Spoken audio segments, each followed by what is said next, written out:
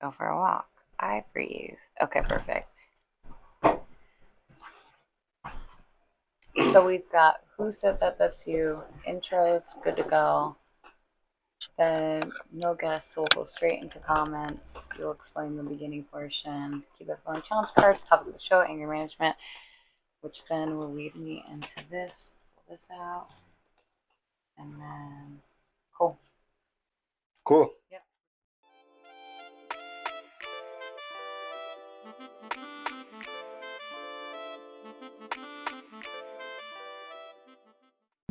Curiosity fosters connection. Death is not the greatest loss in life. The greatest loss is what dies inside while still alive. Never surrender. Who said that? And your quotes, two quotes, same person. The first quote is, "You cannot swallow a pill and control anger no more than you can swallow a pill and control the weather." Ooh. Dig. Right.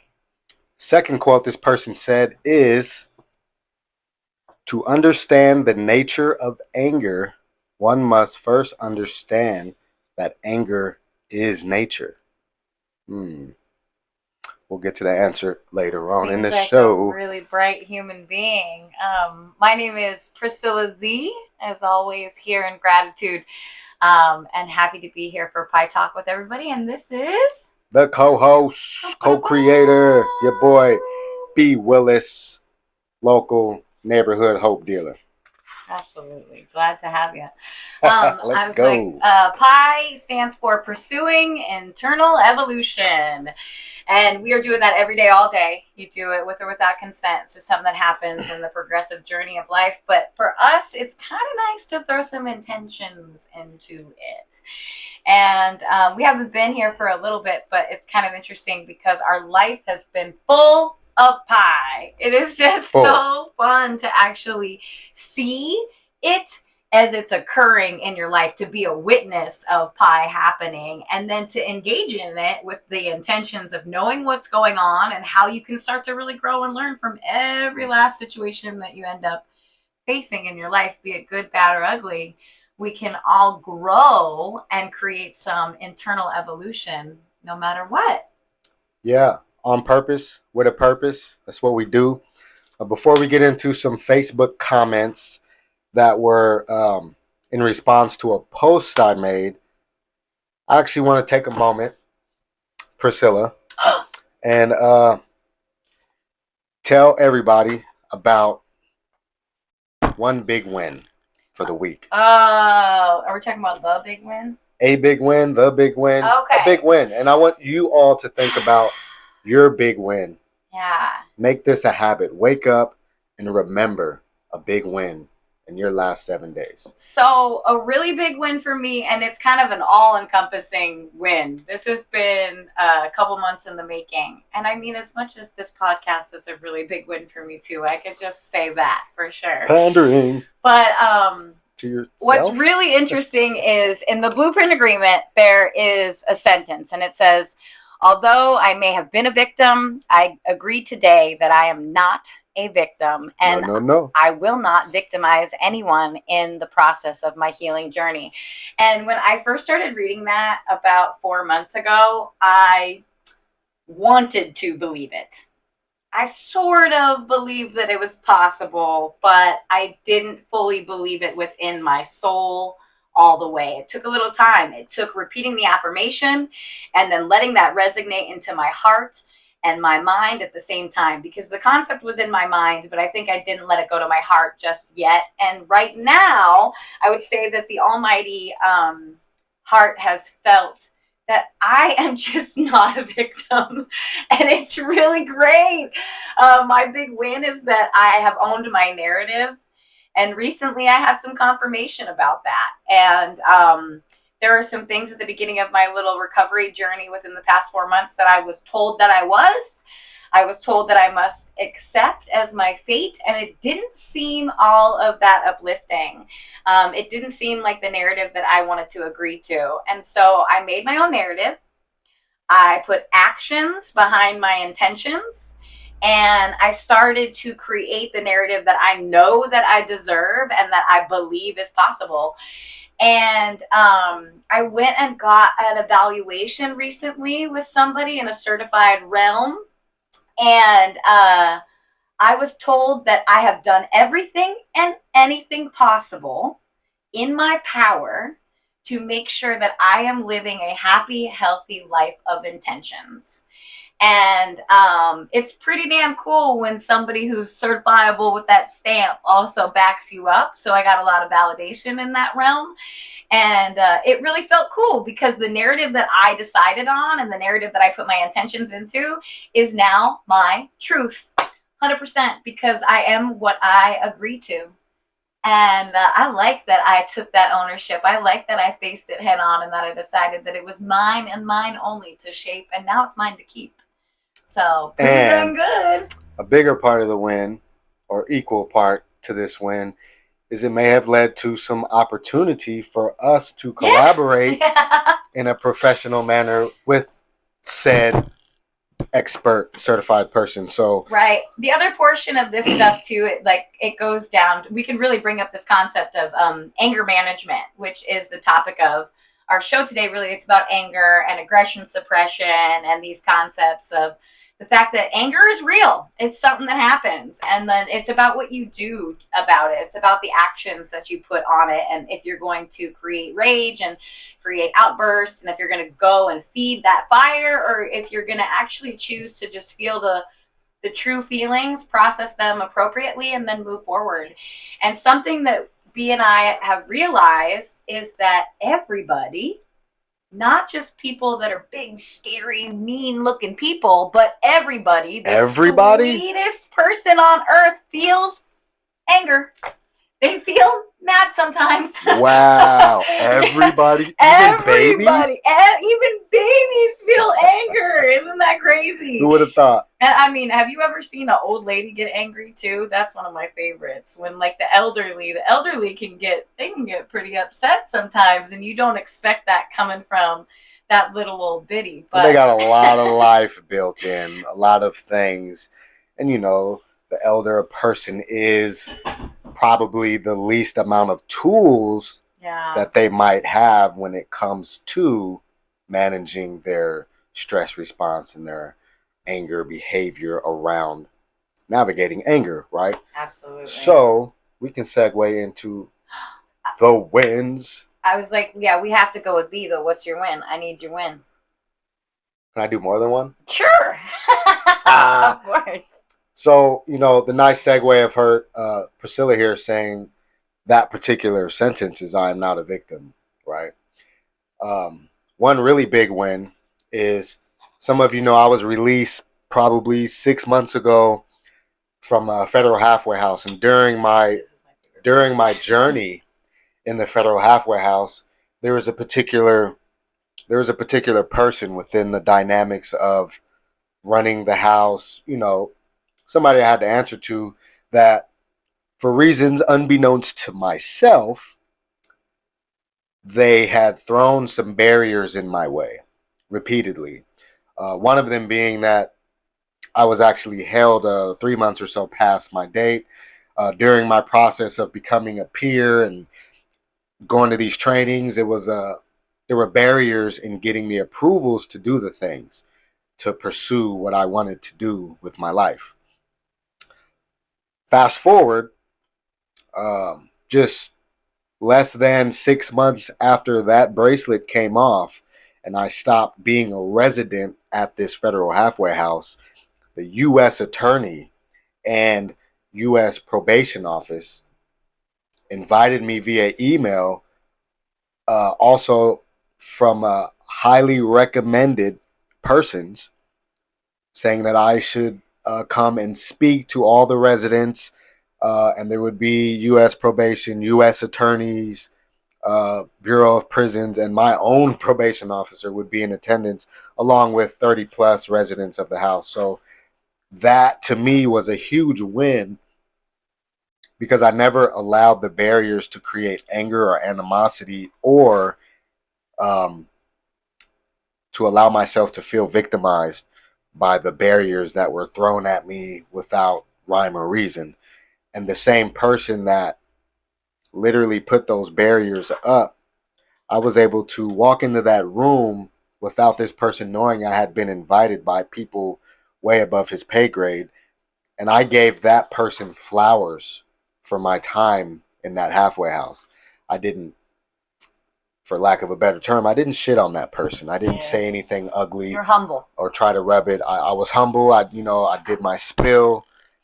We talked about Pi Talk. We talked about Pi Talk Community Connections. Another big win just yesterday, I was able to attend the first Washington Peer Network quarterly meeting for peers, hosted by Thomas Jackson, a phenomenal human being in our peer field. Created some wonderful things that you guys will probably hear about at some point. This sweatshirt is, perks of having been invited to that thing. And, it says, we're peer for you. I am a certified peer counselor, but not only am I certified, I embody peer. Like, I understand it, I live it, I model it. And so those are two really big wins, just to be a part of that. And some other opportunities are coming my way. I have an interview for something that couldn't be a better fit for me, passionate wise, career wise, and throwing that into the universe. May all the good things come my way. So, with that being said, we're going to segue right into couple weeks ago, I made a post on Facebook, and it said, when I am mad, I blank to alleviate my stress or handle my anger responses. And Facebook responded in abundance. So Priscilla is going to read quite a few comments from Facebook, and shout out to y'all again. We really appreciate y'all. Make sure you like, subscribe, follow Pi Talk Podcast on YouTube, Apple, Spotify, iHeart, all the things. Yeah, so I just wanted to start out by saying I really appreciate everybody that came through on the post. There is this thing about, curiosity and connection, and how when we all take an opportunity to be vulnerable, we can end up like opening a huge door to a lot of connection with other people that we might not have normally seen. And that is what then is going to create the community that we really want to achieve everywhere. And it's not just, in your own community, but it's here over the internet. That's a great place to actually create community if you can't engage in the one that you're near. You can find a like-minded species, or you can even find people who are different than you that you end up finding connection with and seeing eye to eye with that you might have never seen before. So it was really cool to see the wide range of people and all of their different versions of what they do when they're mad. So somebody that I know and love, who I truly believe is really, really bright and that they have a great star shine. This person's named B. Willis. And his response was to sit in silence with the noise till the temperature goes down. I like that because it breeds a visual along with the experience. It sounds like temperature rising, that heat rising up in your body. And so maybe sitting in silence a little bit until the pot simmers down is a good way of handling things. It's true. We've got another friend here named Rye who says, go for a long walk or write about it. And B responded, are you talking about journal or music? And this person wrote journaling for sure, or illustration and painting. I love music, but they aren't that skilled in that arena. So they utilize the other stuff as a way to filter out their feelings. David Kish said, stuff it, workout, and music.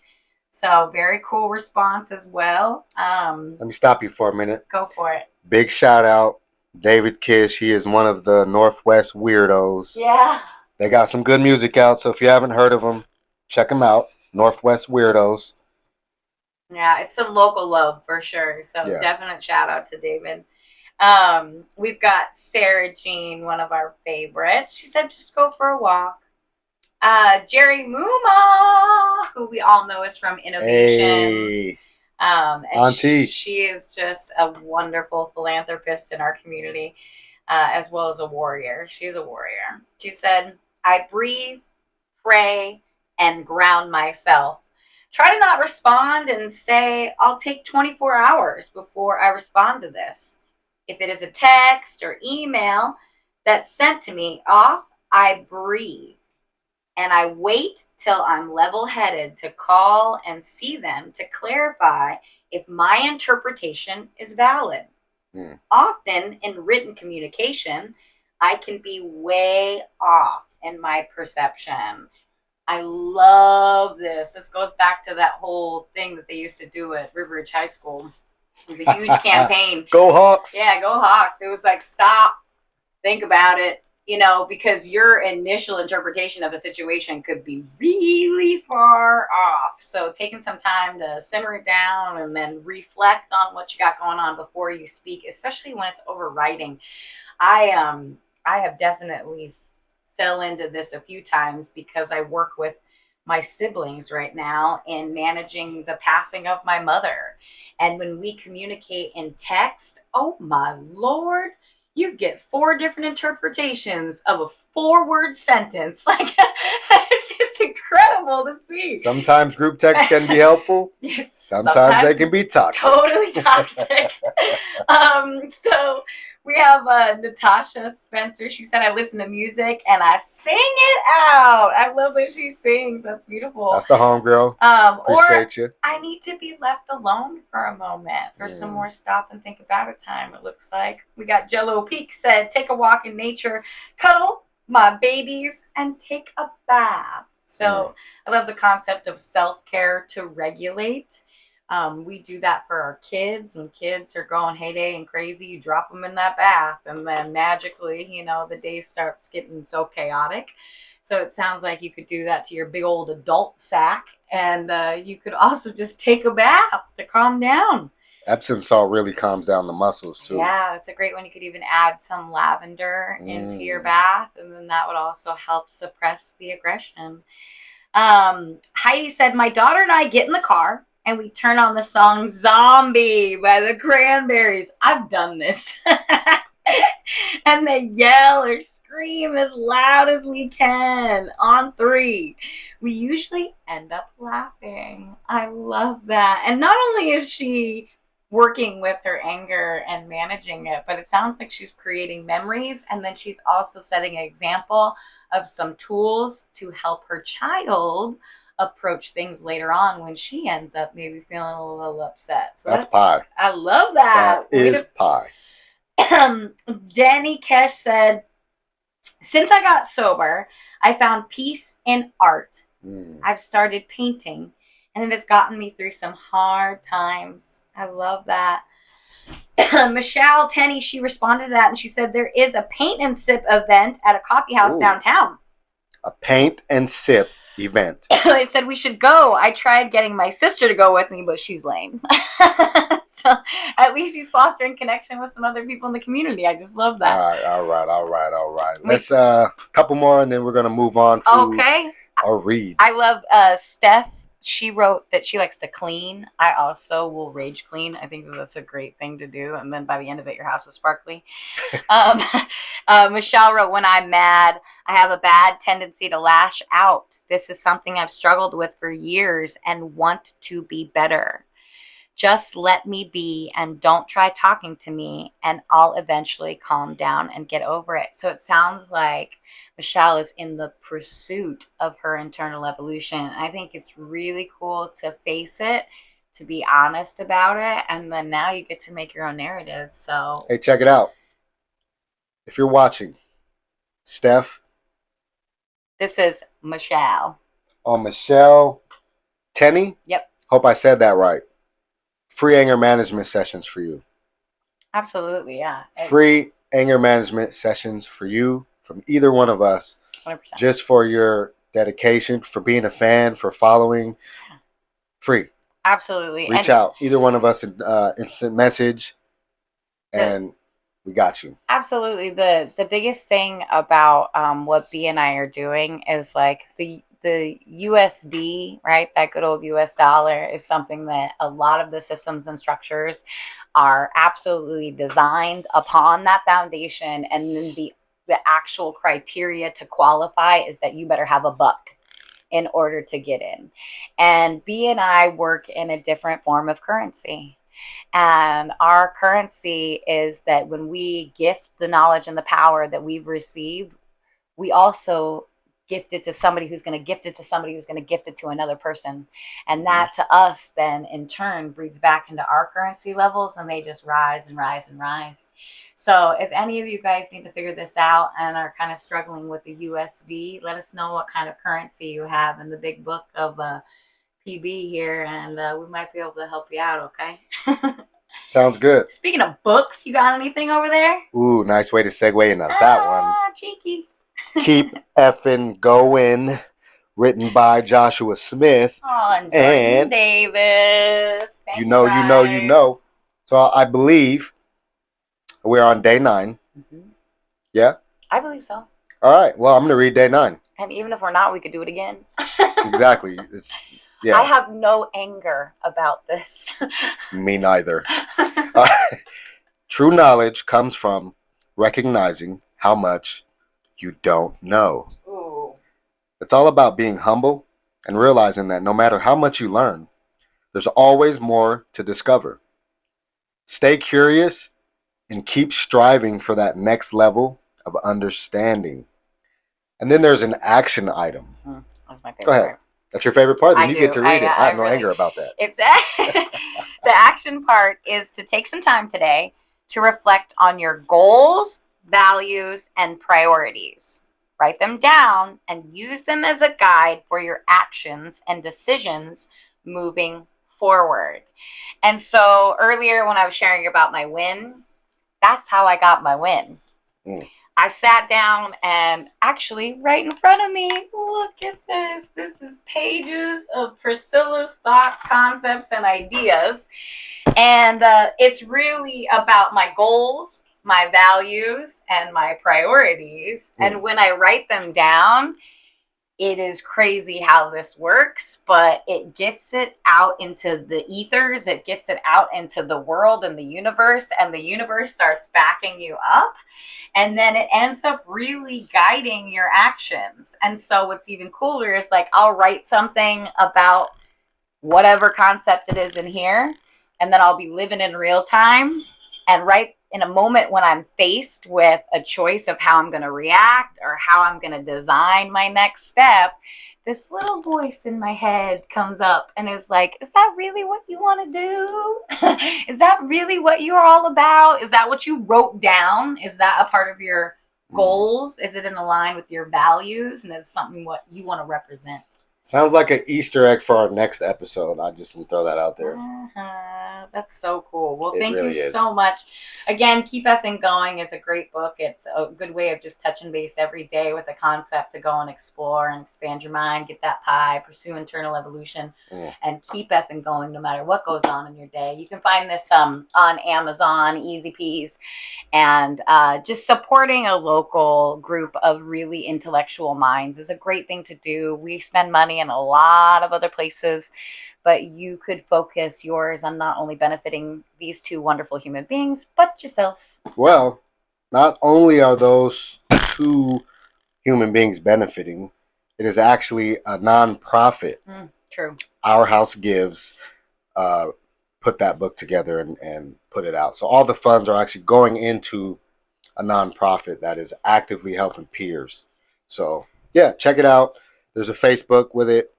And you can find the book on Amazon. I love it. Better Than Yesterday. I think so. Let's do it. Do you want to go first? Better Than Yesterday challenge cards. Zillow rabbit hole. I don't know what that means. Yeah, we're about to find out curious. Together. Better Than Yesterday, number 85. 13 equals 4. Research your dream home.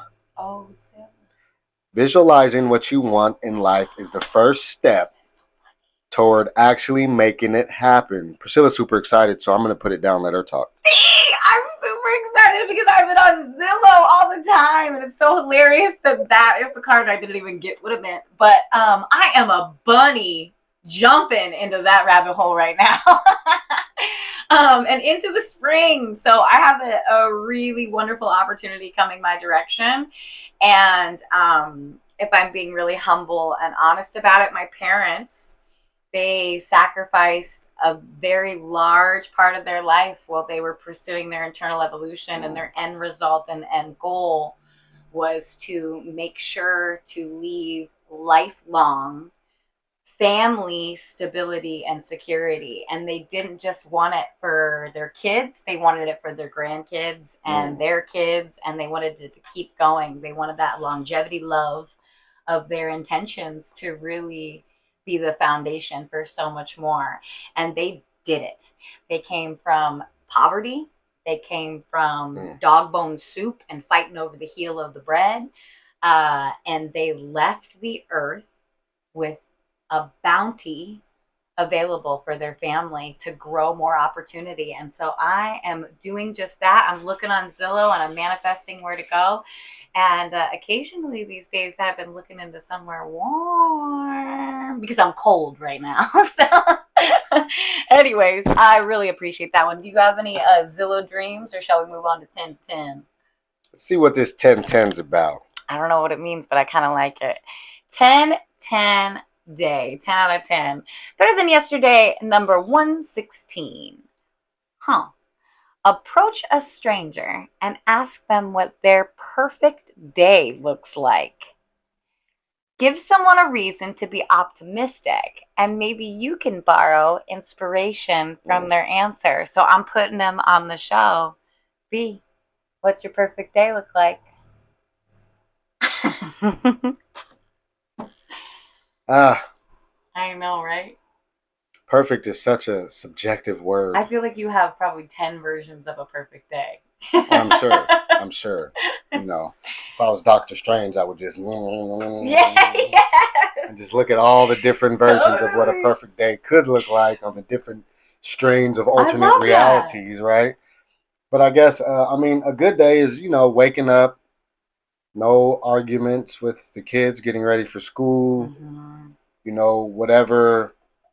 When I reflect on, I can take that currency and that energy into the next win for the day would be whatever I have planned for the day. If I have stuff at work, if it's a support group and curriculum, because even though I do facilitate support groups, I prepare for them prior to every time. And it's always a little bit of a thing.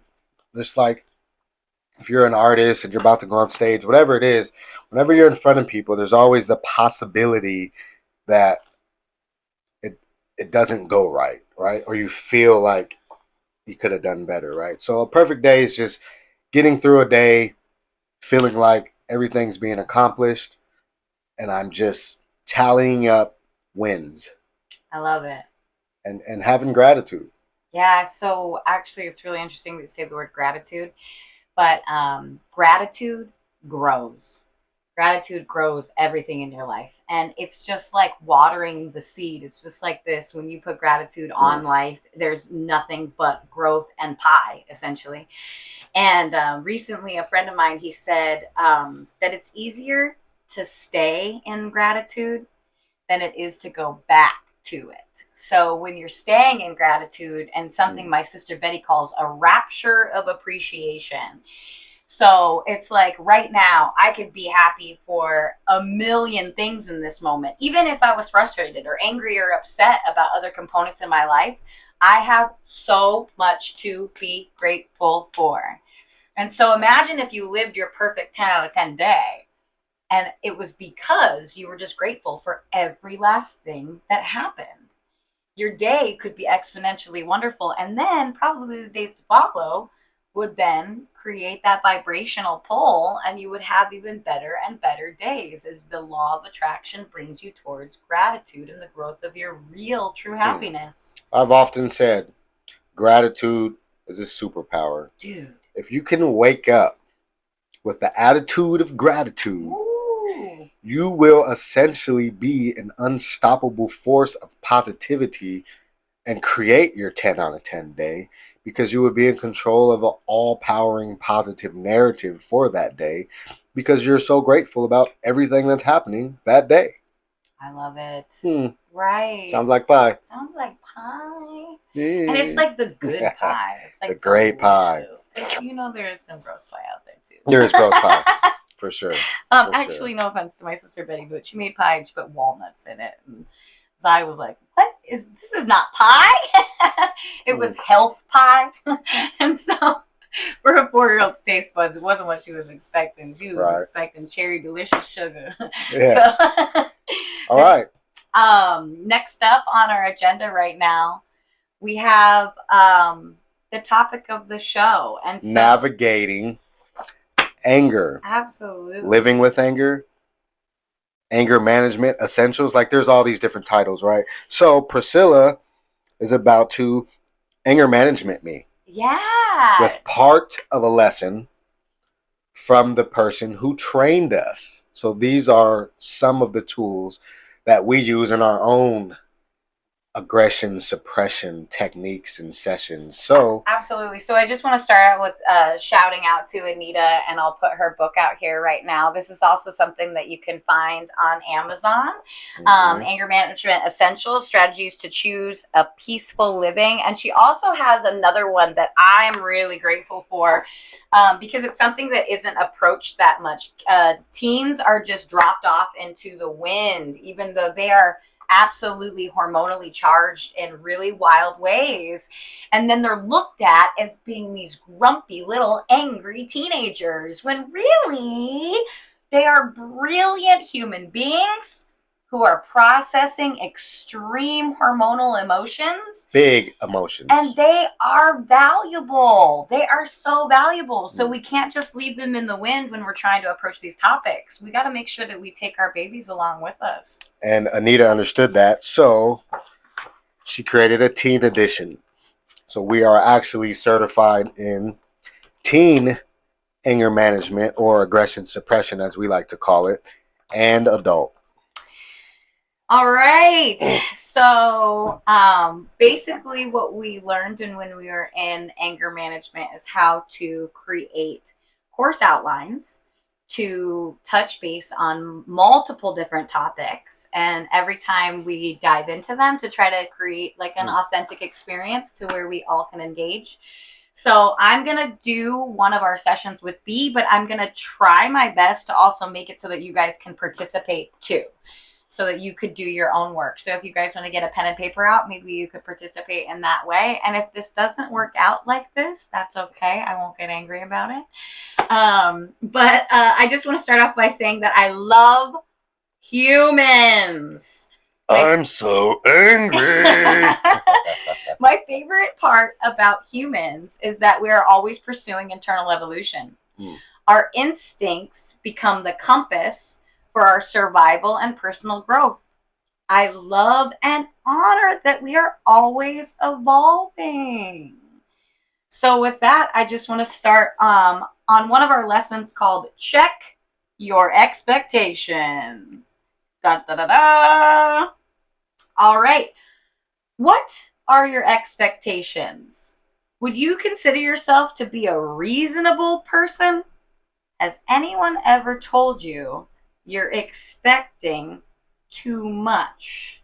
So I just want to start out with a question towards everybody, and then B will probably real-time answer if I have the privilege. So, is an expectation a demand? Nice. So, what do you guys think? Is an expectation a demand? Which is funny because I have a whole segment in another class that I teach about this, and it was presented to me a couple years ago. When we ask a favor, or we make what we believe a request of a person, especially somebody close, expecting the answer to be in our favor. So you ask to borrow something and you expect the person you're asking to say yes, whether it's subconsciously or you're just not going into a request expecting or prepared to receive a no. Mm. With that being said, it is a thinking error called demands. Mm-hmm. When you ask a person a favor pre-expecting a yes, because, and here's the test, if you ask your friend, your boyfriend, your girlfriend, your sibling, your child to do a thing, and it's a genuine request, then there is equitable feelings with either the yes or the no. Yeah. If you immediately feel a certain type of way towards the person when the answer is not a yes, then that request on your part was actually a demand. 100%. B, I appreciate your honesty. Thank you so much for sharing with us today. If anybody out there has some concepts on is an expectation a demand, please send them our way. And maybe we could make a Facebook post or Facebook feed line about this one, and then we can all kind of get a dialogue or conversation going about this.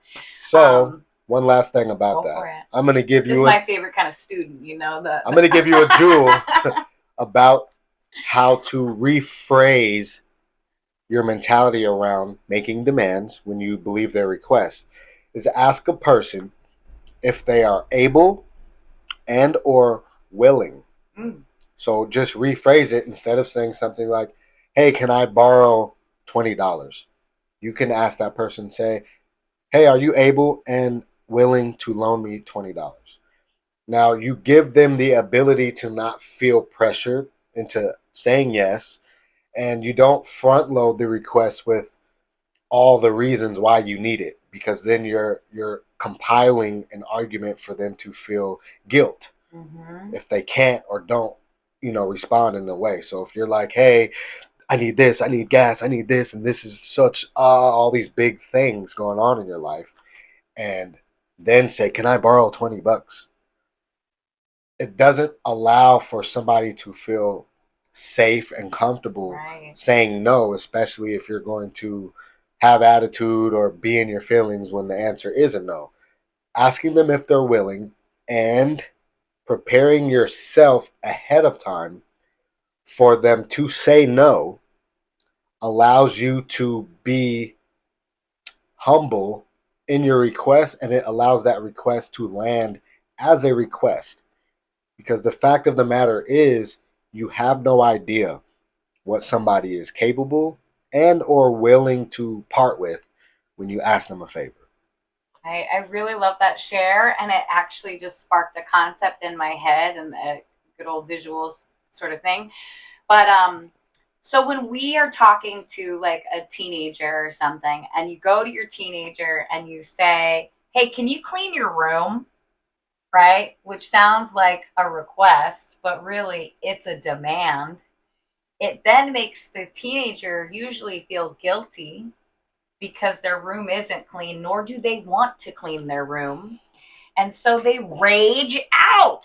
They go, no, I'm too busy, or I got this going on. And it creates anger. So sometimes what I've noticed in society is that when people are riddled with guilt, they actually react in anger.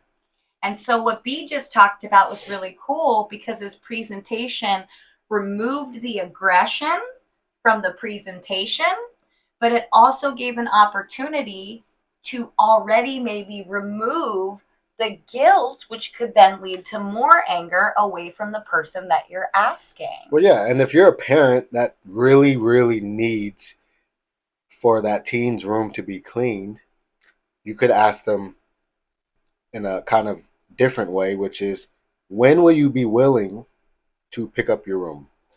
Yeah. Because by them answering that, they're establishing a timeline for themselves. You're giving them the autonomy to not be rebellious, but to be like, oh, I'm actually giving some agency in this. Okay, well, 100%. Now they have to think about it. Like, damn, when will I be willing to clean my room? Right. The other portion That's a reasonable question. It is, absolutely. The other portion of this is like, So your intentions, if it's an expectation or a demand, when I'm walking into a teenager's room, I'm expecting that they want it clean like I do. And then that demand is coming through. So try to swash that version and know that my expectation is that I want that room clean. So what can I do to help to make that situation transfer out? So I would maybe say, hey, I would love to help you clean your room. Is there anything that I can do to make this situation more achievable for you? Because I would really like to see your room clean. I know that that makes me feel good when our environment is a nice, clean slate for us to start our day. I'd love to invite you into making that possible.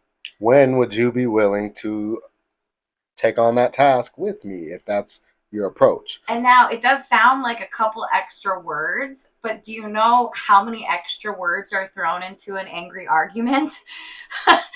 There's a plethora that can be tossed out. So just taking that stop, think about it time and rephrasing your intentions when you go into the situation could really pivot the entire interaction and then the rest of the day for you and whoever you're working with. So I think it's worth it. I think it's worth the chance and the time. Yeah, and all of this relates to anger because it's preventative. This is preventative suppression of aggression. Anger is natural. It's going to come, it's going to go, it's going to be there, right?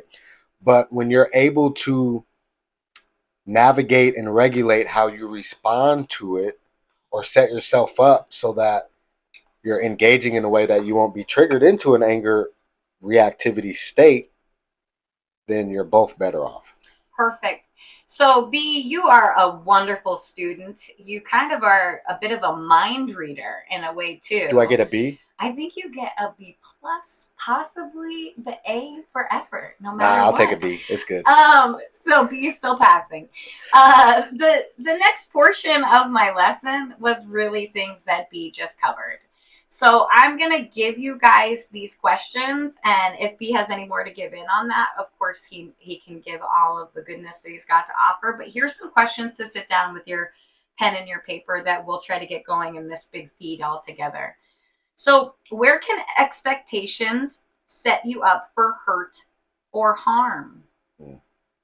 If we don't enjoy living up to other people's expectations, why do we expect so much of our children? Do expectations set us up to be triggered? So I think we kind of just talked a little bit about each of those, but I would love to know all of your guys' opinions. And then to top it off, I have a few quotes for us all to sit with that we can ponder on. And of course, if we have things to say, let's go for it. So one does not expect in this world. One hopes and pays the carefairs.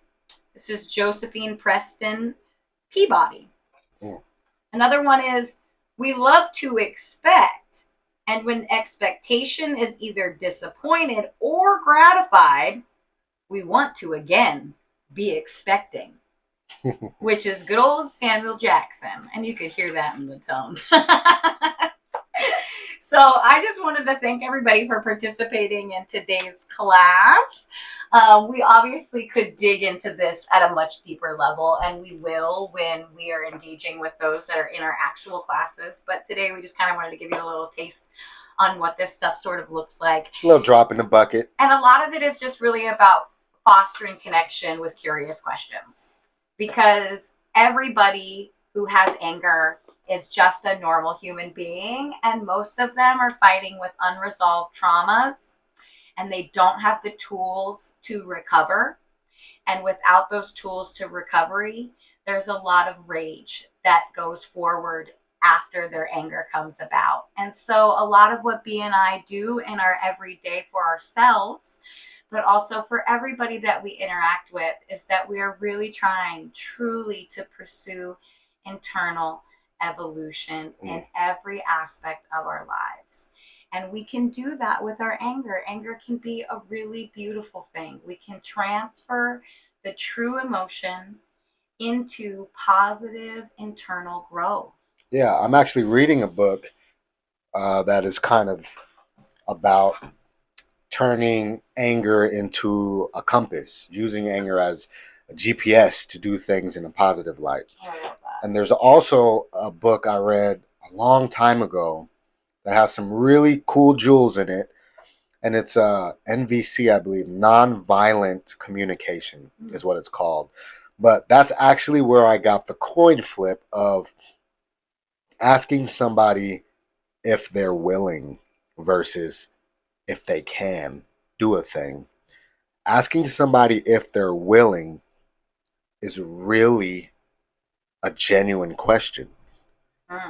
Because Right. if they aren't, they get to answer that. They get to stand on that. Well, actually, I have this and this going on, so I'm really not willing to alter my schedule to go and do that. Sorry, and so that becomes a more healthy way to pursue a request, is asking someone if they're willing, because technically almost 100% of the time, if you ask somebody, can you do a thing, they probably can. But it's like, are they willing? Are they going to? And if they are willing, you have to then, when are they willing? How are they willing to show up? And try not to front load your request with the request of, hey, Priscilla, can I ask you a question? Yeah. If you only had one question, you just wasted it. Yes, 100%. And it's loaded. You feel that vibe of it. Yeah. Like, have you ever got a text message where someone was like, hey, we got to talk later. I got to ask you a question. I, for one, I will tell you right now, if you text me something like that, I will short circuit. Right. Because immediately I'm going to be like, what's going on? I don't know what. I will hit you up or probably call your phone and be like, what's up? Right. Because we're not waiting. Like, if it's important, just call me. Text me. Don't text me and preemptively prepare me for some unknown conversation with zero context, please. Yes. I prefer. Oh, I was going to say, I watched this in real time. And what B does is he actually, it's really cool.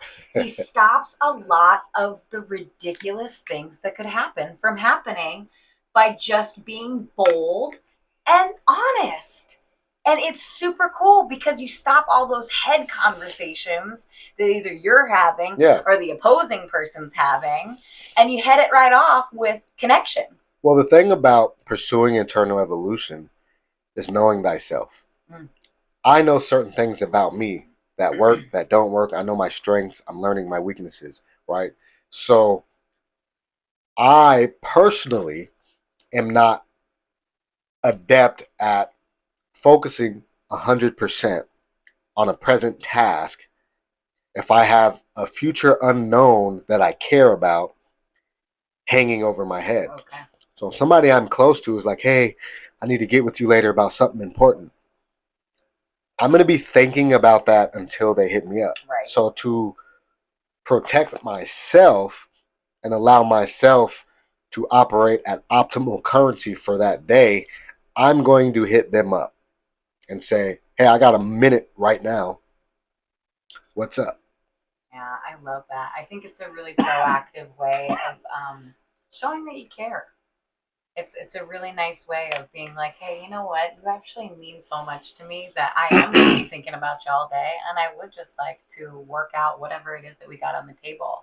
And it's not about being aggressive. Yeah. It's just about and being authentic. Part of it's selfish. Like, I don't want to have that thought all day. Yeah. I don't want to be thinking about it all day, and I know I'm going to. So I'm going to do what I can to not have to. But honestly, it just nips it in the butt. It's so nice. I think it's a much better way. But I have 100% success rate in engaging in those conversations right when that message comes, which tells me that a lot of times people do that. They could essentially just have the conversation with you, or send you the context of the text, like, direct, authentic communication is the best. Yeah, I hate to come up with this sentence, but it's because it's a little inappropriate or whatever, but my dad would say it always, and it's totally valid, but he would say, quit pussyfooting around. He's like, just get to the point, you know. Why beat around the bush? Why ask me if you can ask me a question when you can just ask me the question? Right. Because what if I was being a smart ass and it was in text and you didn't know how to handle it? And I was like, no, you can't ask me a question. Right.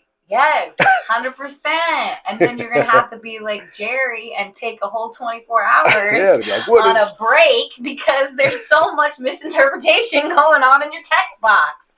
So, right? oh, by the way, I think that actually that's hit now a few times in this episode.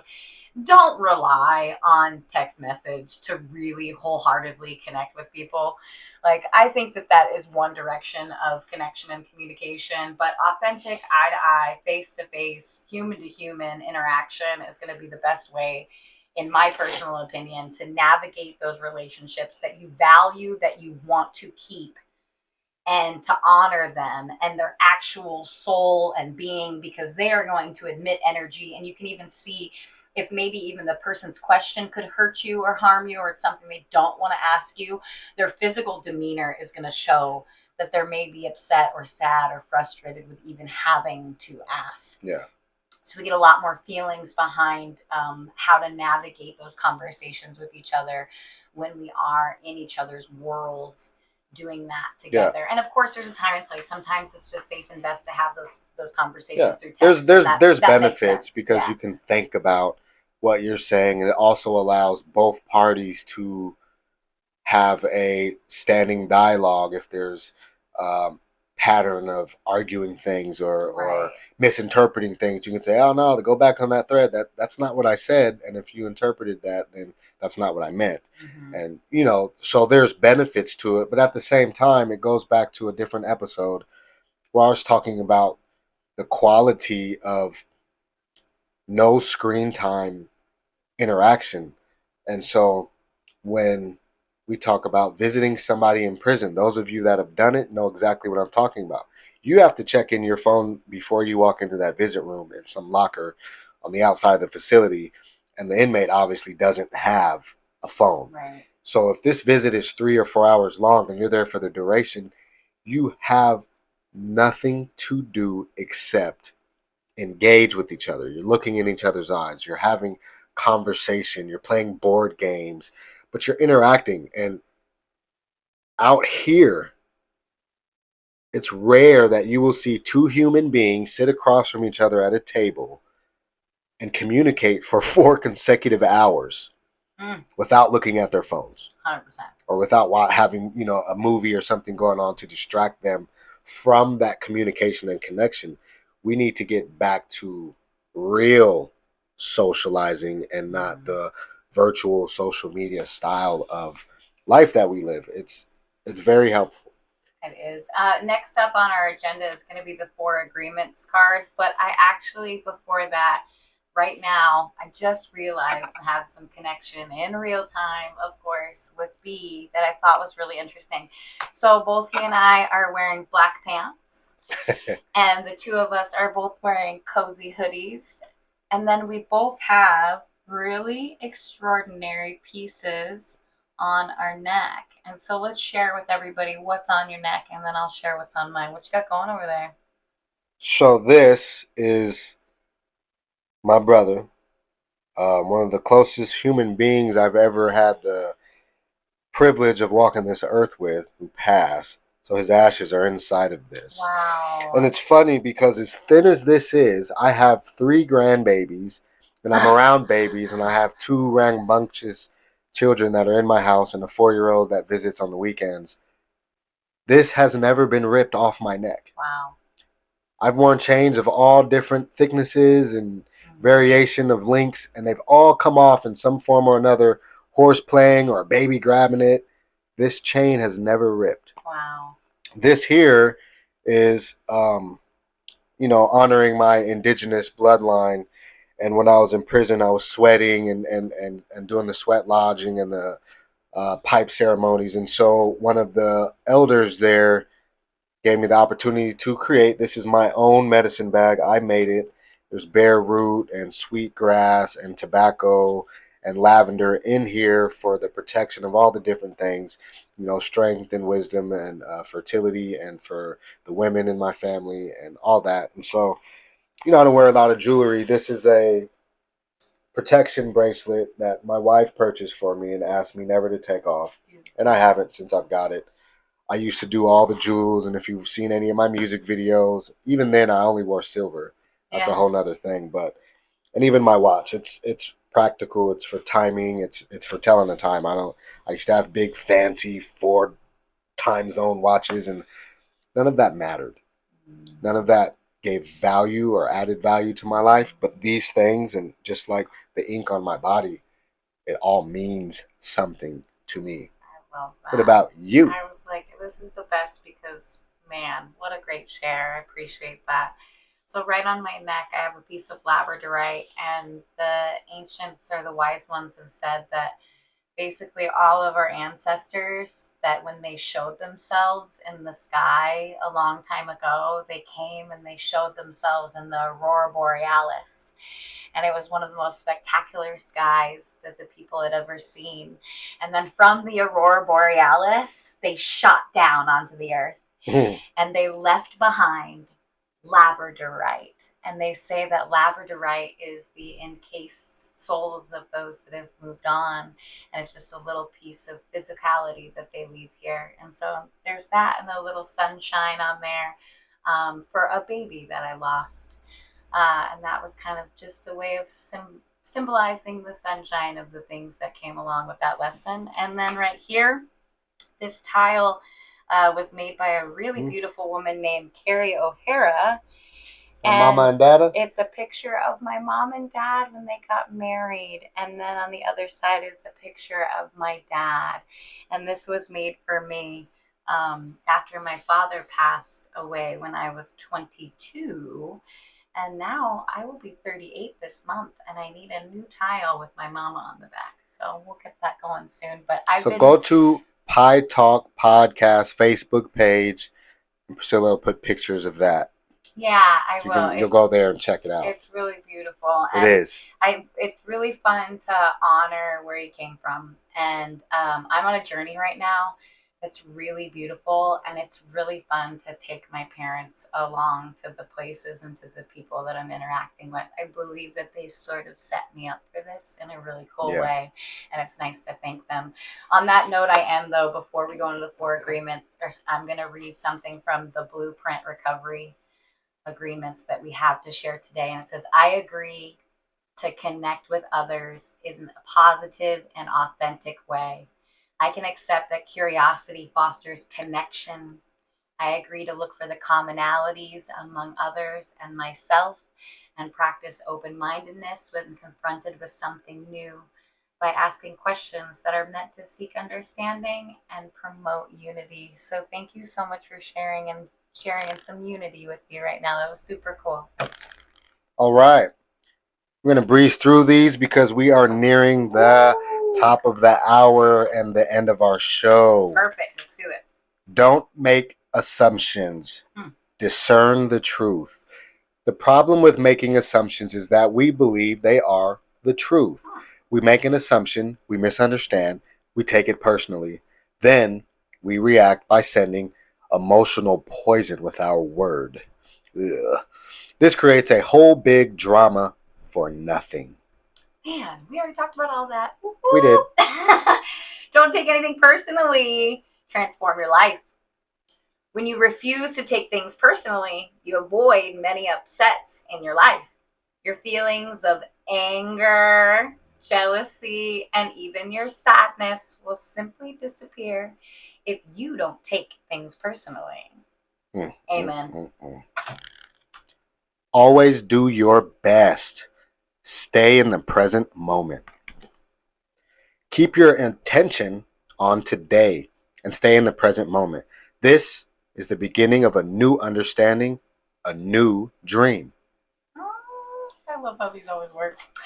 Be impeccable with your word. Be. Realize the power of your word. Your word is the power that you have to create. It is a gift that comes directly from God. Speaking of some gifts from God, we had a quote earlier. 2 quotes. So let us come with the answer. Who said that? And the answer is Well, I'm going to hold the mirror up. It's B! those are my quotes. Gotcha. Yeah, I love it. B came up with these in his own divine creation, and he has a lot of other gems too that we'll end up sharing along the way. Highlighting B. Willis is really an honor. Being a part of this podcast with him is an honor. Interacting with him in our community is an honor. And I hope that when you're around B at any point in time, you foster some connection with him, and he'll throw out some more beautiful quotes that'll help you along your way. I'm sure of it. The last thing on our agenda today that I just wanted to talk about leads into the self again. And that concept is philanthropy, all right? And I just want to read really quick what philanthropy really does, okay? Philanthropy is meant to create the love of humanity. Today, philanthropy means generously in all of its forms to give gifts of time, talent, and treasure to help make life better for other people. You can practice philanthropy by making a monetary gift, such as a donation to a cause you believe in, or you can actually give your currency to those around you. And so the philanthropist that I would like to highlight this week, Drum roll. it's you. You. It's you. It's all of you guys. It's us too. We all can be the leader that we have always wanted in our lives. We can all be a philanthropist that the community needs. And it's just about seeing your community for what it's worth to you, which is everything. You are the same as anybody on the streets is. If you're picking up cigarette butts for no reason, if you're picking up, trash in a park, if you're helping somebody cross the street, if you see an accident and you pull over and jump out and ask that person if they're okay and stay and wait for the police, that's all philanthropy. Absolutely. My friend, we're honoring you in that. My friend Sam, her and I are thinking about making a shirt, and we really mean this, but philanthropy is sexy, okay? It's the new hot. It's the new in, okay? Yes. Everybody is in need of it, and you should definitely be your most beautiful, sexy self out there and go and promote philanthropy everywhere you go all day long. It doesn't have to be a monetary donation. It can just be your currency. Gift your currency everywhere you go. And as you're pursuing internal evolution, gift that. Gift those gems, just like B gifted his quotes today. I know all of you have some really wonderful things to share and offer too. So if you're not doing it out in your community and you do want to get it out there some way, send it our way. PieTalkPodcast@gmail.com. Hit us up on Facebook. You can hit us up on any of the platforms that we have, and comment here on the YouTube if you're watching that on anything that you'd like to get out to the public, because we want to honor you as well, and we want your voice to be heard. All right, and I'm going to honor a couple podcasts that I have personal relationships with. Dads Who Game. It's actually my little brother's podcast. They're hilarious. A little censored, so be careful. You've been warned. Also, Dad's Move is a nonprofit out here in the Pacific Northwest. I've been invited as a guest to speak this month. So check that out. Look for that. Dad's Move has a Facebook just like we do. Follow them as well. Please support all of our local nonprofits in the area that resonate with something that you believe in. Just pick one, support it, even if it's just liking, subscribing, following, sharing posts. You don't have to always donate your money, but your currency is 4 times as valuable, if not more. Your currency matters. So yeah, follow us on Pie Talk Podcast on YouTube. Also, Apple Podcasts, Spotify Podcasts, iHeart, Amazon, all the things, all the stuff. We really appreciate you. We really appreciate you contributing your content and your energy when we make posts and ask questions. Man, it fuels us. It adds to our currency, and it allows us to sit in these chairs and be the best versions of ourselves in Yeah. not only the moments that we aren't recording, but we're at optimal operation capacity when we are recording, because we are fueled by knowing we're about to give this to y'all. Yeah. Right? So it is our absolute pleasure and honor to be a part of this whole big universe with all of you guys out there. Thank you so much for your time and your currency invested. we are right at that hour.